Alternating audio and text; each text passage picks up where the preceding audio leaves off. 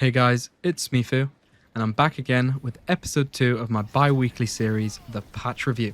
Here, I don't only read, but also showcase every single change Valve has made to our beloved heroes, so you can see if your hero has been nerfed or buffed. P.S. I do have a little showcase of the new hero Mirage at the end of the video, so be sure to stick around to see how he plays. He's really cool. Please like, subscribe, and comment down below any different things I could do in this format, though I do think I've done a lot better than last time.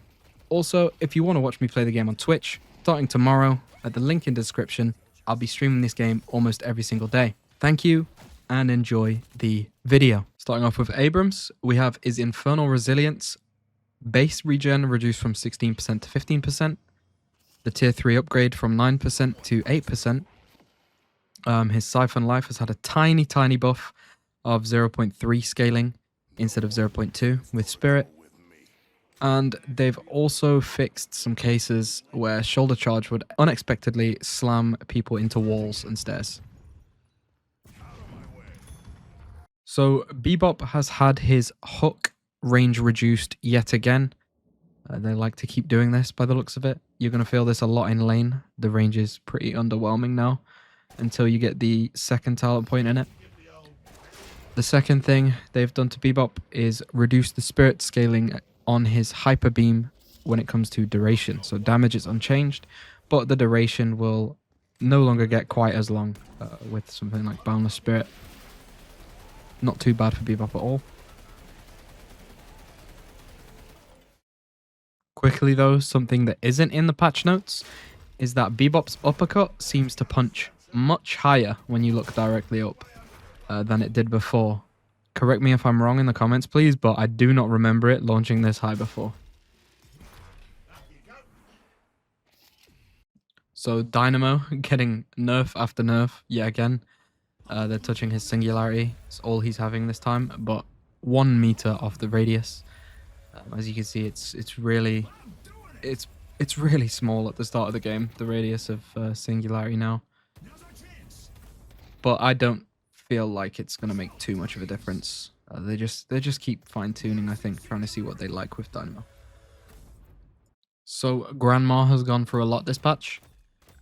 I'm not too sure what this means, but the first change is that the arrow cycle time is reduced from 0.4 to 0.45 seconds, but the overall DPS unchanged. Rain of Arrows has an alternate cast where you remain near the ground, and honestly this just looks sad to use. Air dashing during Rain of Arrows is now fixed. It used to go half the distance, and now you get a full air dash. Guided Owl bonus Spirit on death now has a 3-second buffer window.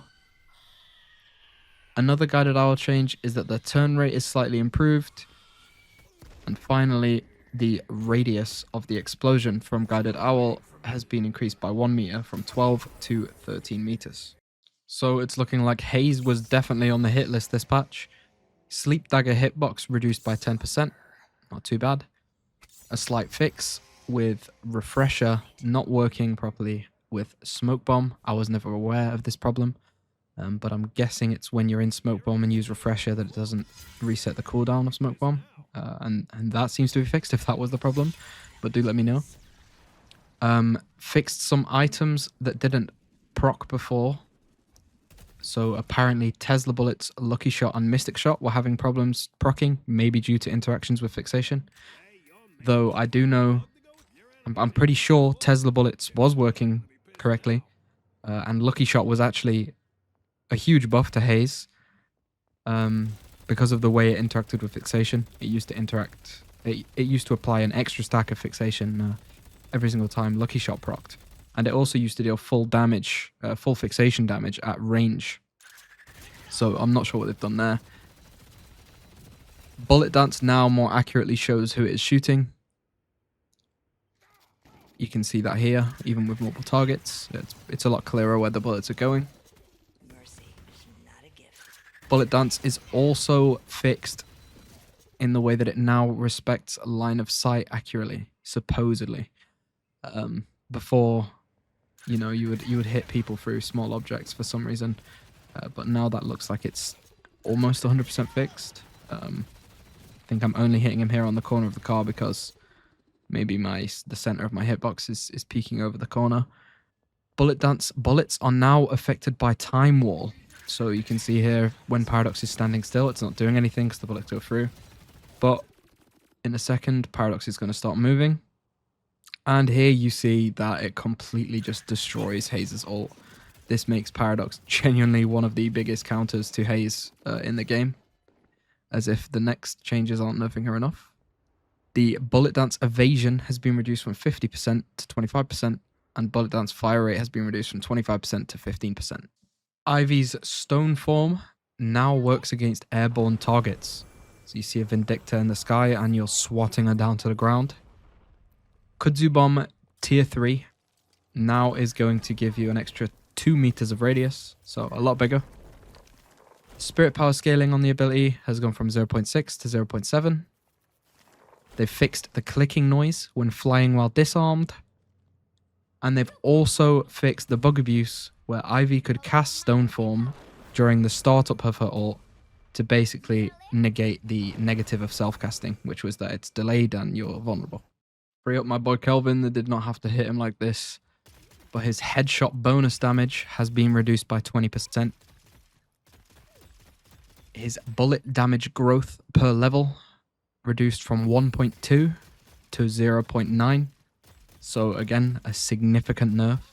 Going to affect the way that weapon items scale his damage pretty heavily. Arctic Beam movement slow is reduced from 70% to 50%. Pretty significant nerf again.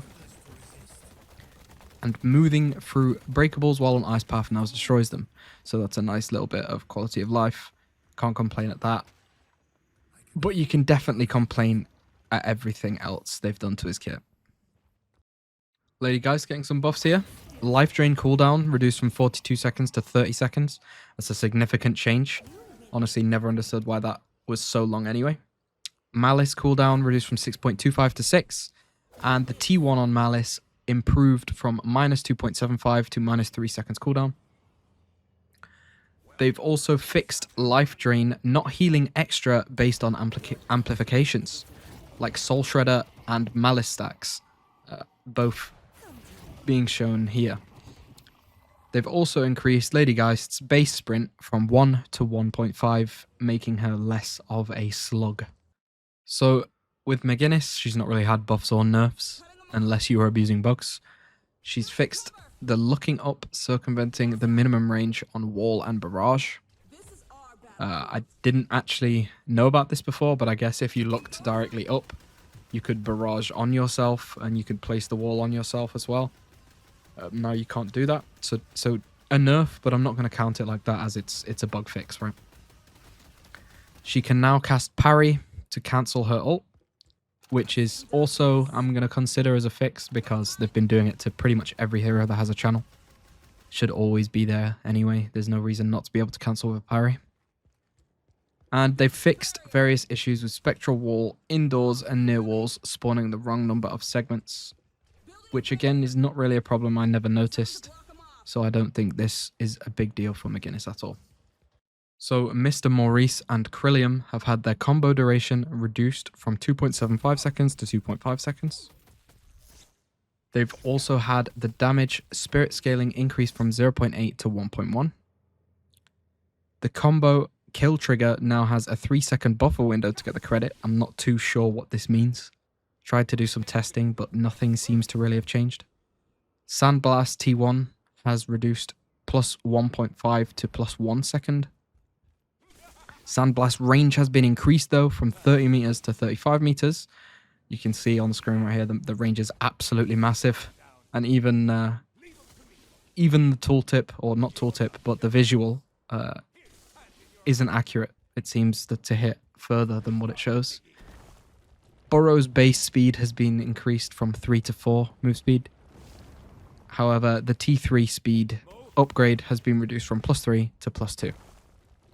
So overall, pretty even, pretty neutral patch for Mo. Buffs in some places and nerfs in others. Paradox getting slight buffs. Pulse Grenade T3 now increases the damage amp from each pulse by 2%. Not too sure why she's getting this or why she needs it. Doesn't seem too significant to me. But they have also fixed being unable to be damaged by multiple walls. So I guess now with something like rapid recharge, you can set up cool little areas where enemies will take a lot of damage walking through your walls. You'll see here when I set up the little cross section and he walks through, he actually takes double damage in basically one hit. Pocket getting hurt again. Now Affliction respects line of sight and doesn't go through walls, though this does seem to be slightly inconsistent. As you can see here, he's clearly not in my line of sight, but it does apply Affliction. So I was doing a little bit of testing with this. Even there it applies it again. Refresh the duration, as you can see above his head, and there yet again. But using it there is not refreshing the duration, so not too sure what's going on there. T3 Barrage has been reduced from plus 5% to plus 4% damage amp, sending him to 10% when he's at T3 per stack. So 7 has received some changes this patch, but definitely an overall nerf. His stun duration has been reduced from 1.1 to 0.9 at base. And then the same change again for the tier 3 Talon. The radius at base has also been reduced from 6 to 5 meters, so it's absolutely tiny.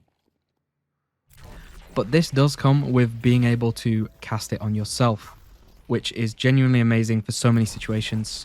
Just think about in mid-boss room. Now when you put it on an enemy, they're not just going to run away and the stun isn't a threat anymore. You put it on yourself and go near the Rejuvenator, and it's honestly a huge tool. However, the huge nerf is that the static charge now respects line of sight. Here you can see when Dynamo is crouching, he's not getting stunned because he's not in line of sight. But when he's standing up, it counts him as in line of sight, so he's going to get stunned. And the final change for 7 is that his Lightning Ball T3 upgrade now gives it a plus 1 meter radius. I don't think this is going to make up for his stun now respecting line of sight though, as that was what was making 7 such a powerhouse these days. So Shiv has received significant nerfs this patch. His 2 Slice and Dice has had the tier 2 upgrade reduced from plus 85 damage to plus 75. The rage buildup per spirit damage reduced from 0.02 to 0.013. So pretty significant again. You'll see how slowly my knives are building up rage now. They've also increased the rage drain rate from 0.3 to 0.35. So when you're not in combat, you're going to be losing rage a little bit faster. The full rage bonus damage has been reduced from 20% to 15% at base without the upgrade. And the T2 has also been reduced from 10% extra damage at full rage to 5%. So Vindicta has had a lot of changes this patch again. Her gun cycle time has been increased from 0.19 seconds to 0.22 seconds, but apparently it's the same DPS overall, so I don't really understand it. The stake distance enemies are allowed to move has been increased from 6 meters to 8 meters. Her max fall off range has been reduced from 58 meters to 45 meters, which is pretty significant nerf. They've fixed flight ending if you touch the ground. However, this comes with a very exploitable bug where you can slide and basically be underneath the ground completely and unshootable while you're flying. So they need to fix this ASAP. Maybe they already have by the time this video's out. I hope so anyway. The low HP indication now also shows up while unscoped, which is nice. So as you see, Dynamo glowing red here. This is to show that he is on the lower end of his health bar, and Assassinate will deal extra damage. There you go, you see it pop up right there, just as he gets below half health. They've also reduced the base damage of Assassinate from 160 to 140.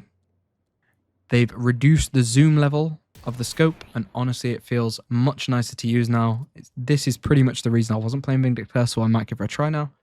And they've reduced the spirit scaling on flight duration from 0.2 to 0.15. So Viscous is receiving some well-needed fixes and nerfs. The cube cleanse is now part of the T2 talent rather than having it off spawn, which was stupid in the first place. I'm happy they've done that. Puddle Punch enemy warning time increased from 0.35 to 0.45, though my friend here said he was getting no warning at all, so we'll see if that's fixed. Bullet base damage has been reduced from 13 to 12. His gun was definitely a bit too strong, so this makes sense. You can now use down dash during goo ball, but only if you are max. If you've maxed the ball. Kind of a weird change, but sure. Enjoy it, Viscous players. They fixed Phantom Strike not positioning you correctly when using it within goo ball. So now it's like as if you weren't in the ball and you are spawned right in front of the enemy. And the splatter postcast delay reduced from 0.5 seconds to 0.2 seconds, which is a very, very slight buff. Warden with some slight buffs. Pretty nice though. Binding Word, escape range and escape time increased by 15% both. So they have 15% longer to escape, but it's also a 15% bigger range, which means that when you use it, you're going to have 15% longer time of shooting someone that's trying to run away, which is good. And the spirit scaling on his ultimate has been increased from 0.9 to 1.2. So overall, decent buffs for Warden. Then we have Yamato getting some pretty significant nerfs. Her bullet damage growth reduced from 0.5 to 0.45 per level. Crimson / fire rate slow reduced from 30% to 20% at base. They've fixed various issues with flying strike pathing. Now, I never played Yamato, so I'm not too sure if what I'm demonstrating here is actually giving you guys anything, but I gave it a shot. Shadow transformation duration has been reduced from 5 seconds to 4.5 seconds at base, but she gets back that 0.5 seconds she lost at T3 upgrade. Shadow transformation also now no longer provides unlimited ammo. Significant nerf for sure. So a quick little overview of Mirage. I'm not going to go too in depth because I might make a dedicated video on the hero, but he seems pretty intense in a 1v1 and very good utility. For instance, his TP. His ult is a TP that teleports to enemies or teammates. I'm not sure if the enemies have to be showing on the map, but you just press the ult, click on a teammate, and boom, you teleport. So obviously incredibly strong for split pushing straight away, but also I've been informed that he can teleport with the urn. Do with that as you wish. Pretty disgusting. He's also going to get move speed buffs and fire rate buffs when he comes out of this. His 3 kind of works like Haze's fixation, where when you shoot someone, you're going to build up stacks on them. And either when it reaches max stacks or when you press it again, you're going to consume the stacks to deal damage based on the stacks. It's also going to reveal them on the map when the stacks are consumed. The first talent is going to give them a slow, which looks pretty nasty. A third talent, max multiplier upgrade, and second talent, multiplier duration. So time between applying them is more lenient. You won't have to be shooting them as consistently. And it's also extra base damage. Before we talk about his 2, because it's very unique, we'll talk about his 1 first. So he turns into a tornado and dashes forwards. Enemies hit are basically Grey Talon trapped, just with a different animation. They can still act, they can still shoot, they can still cast abilities, but they can't move. When you come out of this ability, you're also going to have 3.5 seconds of 30% bullet evasion. So like Haze had in her ult, while this sand is on you, it's a 30% chance that bullets are going to miss you. With an extra 20% on the final upgrade. Really cool ability, honestly. It's also an AoE, so you're going to be able to lift multiple enemies with this at once, which looks pretty cool. Now, the most unique part about this hero is his charge ability. So every other charge ability, almost, other than Wraith's cards, work like you just have a cooldown for each charge, right? But this is 1 cooldown for every single charge put together, no matter how many charges you've used. Once you activate this ability, all the charges go on cooldown when you've missed your window.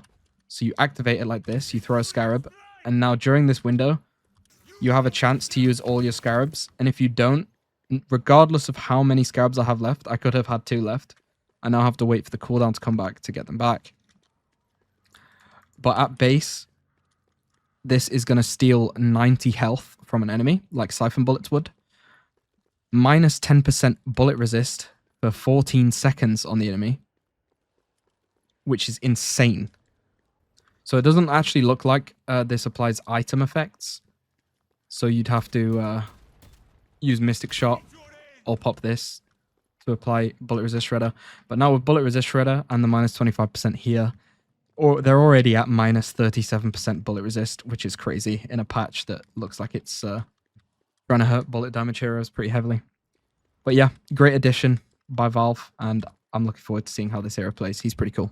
So guys, thank you so much for watching the second episode of the patch review. Again, please comment any feedback down below. I'm happy to have discussions, and I'd love to have new ideas. Thank you, and goodbye.